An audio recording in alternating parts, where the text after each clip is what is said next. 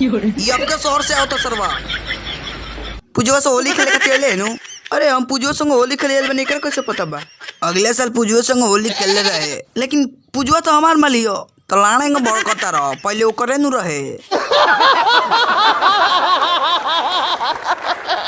अगले साल होली में यहीं कॉलेज रहलिस, कॉलेज के डीजे बनाई है ना बोलिस, फिर वो कहता है डीजे बना के कान खोल कर सुन ले। ये साल पूजवा के नाच बनाए डीजे आ सुन निकासवा के चिंता जोन वीडियो बनेला वो पूजवा के नाच खातिर पैसा मिला होता तो हम लाड़ू खड़ी का।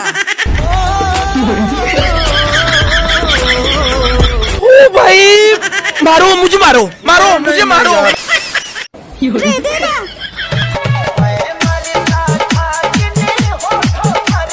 रे तोरा खातिर हम गाना बजा के नचनी है, 5 रुपया देना रंग किने के होली में। दे पैसा हमरो अबीर किने के बा।